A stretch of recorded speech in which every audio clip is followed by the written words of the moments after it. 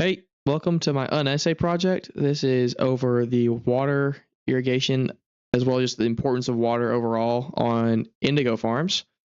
So this is Connor. He's going to be my audience, I guess. So I'm not just talking to myself randomly. And this is our what attempt this is this at making this actual project video, Connor? This is like 12 or something? Fourth. Fourth? Okay, never mind. Yep. I must have just Yeah, not too imagined bad. how long it's been a lot longer than it has been. But yeah, so this is a 60-acre indigo farm that I modeled for South Carolina. So indigo was pretty booming in production in South Carolina from the 1740s to the 1790s, since it was a valuable crop that England really liked because they liked making clothes out of the color, or they like dyeing their clothes with the color.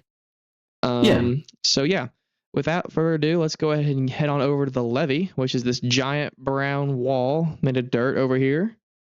Connor, if you'll follow me. So yeah, this basically is a natural dam that the rivers just build themselves so they can actually grow in volume. And if you'll let me scroll down to my notes, I can tell you more so I don't mess up my speaking. Okay, so as levees grow, they need to deposit sediment on top in order for them to actually grow. I just made a roundabout sentence saying that. So when rivers flood, the heavy sediment from the bottom of the river gets deposited on top of these levees. But there's also lighter sediment, which flow into these giant fields, these giant indigo fields, like every season, every wet season, and re-fertilize the soil, making it very, very fertile for the next year's harvest, which is very good for the plants. Oh, wow. But Connor, we also know that indigo is a very thirsty plant, right? It requires a lot of water.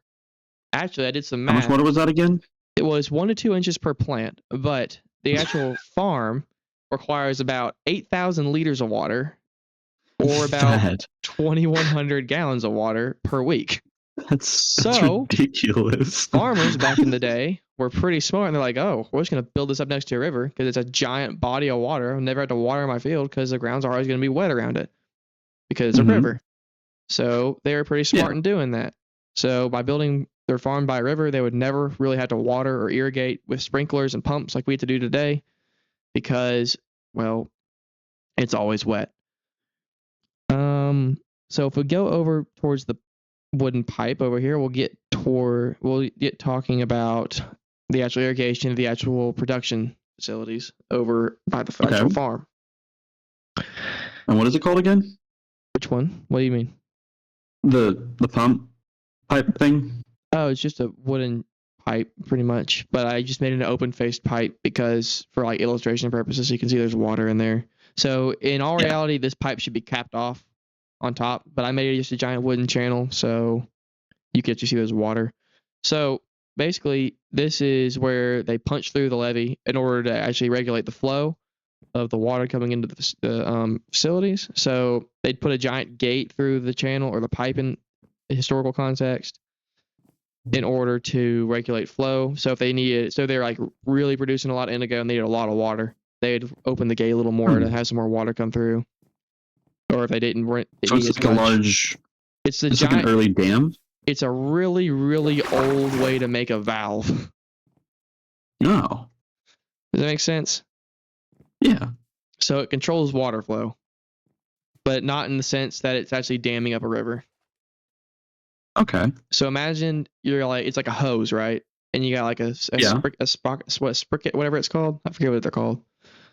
Spigot, spigot. So it's basically one of those things, but big and old. Okay. Huh. So they open it up to make more water, let more water in from they're making more indigo. They close it and they don't need as much.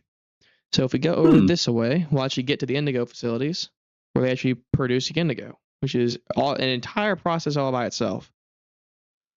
So here is one of those facilities that they had. So there's 10 of these on the farm total.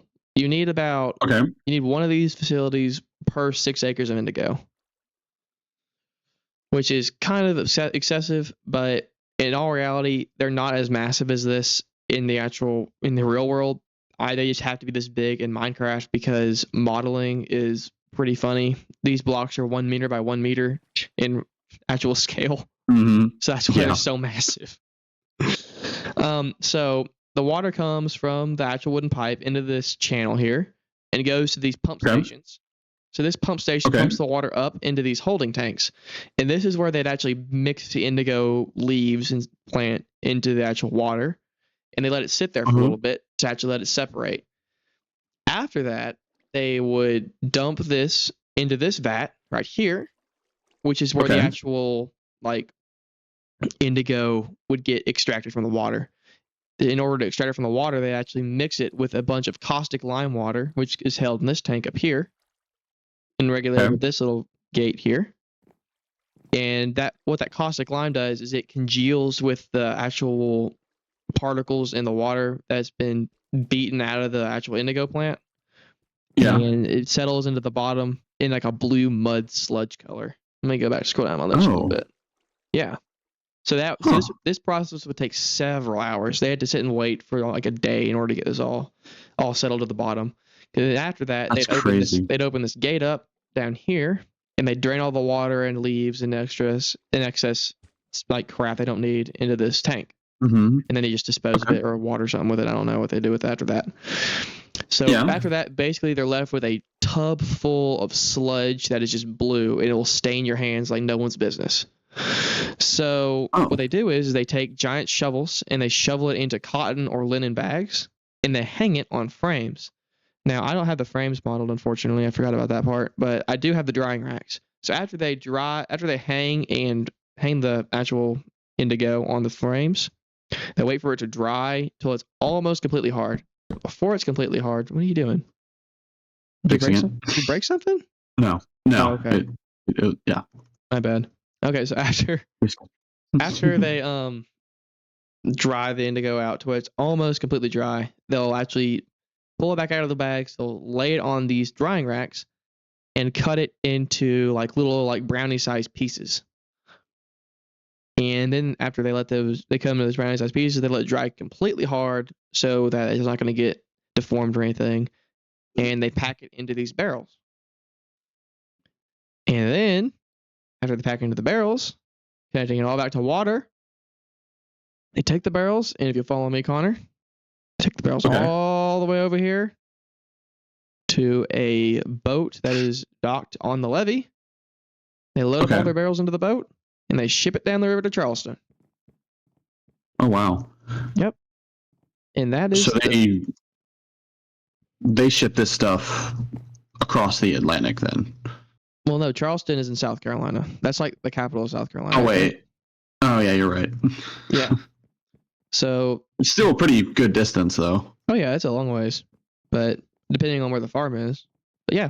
Mm-hmm. That is the cycle of indigo, and as well as illustrating the importance of water, because it's obviously beyond important for indigo production to have a lot of water. I didn't do the math. What, 2,300 gallons? It is 2,100 gallons a week for the actual irrigation of the field. That is ridiculous. I didn't bother to do the math to calculate how much water would be needed for per actual unit over here or production place, but it's a lot. Okay. It's not a little.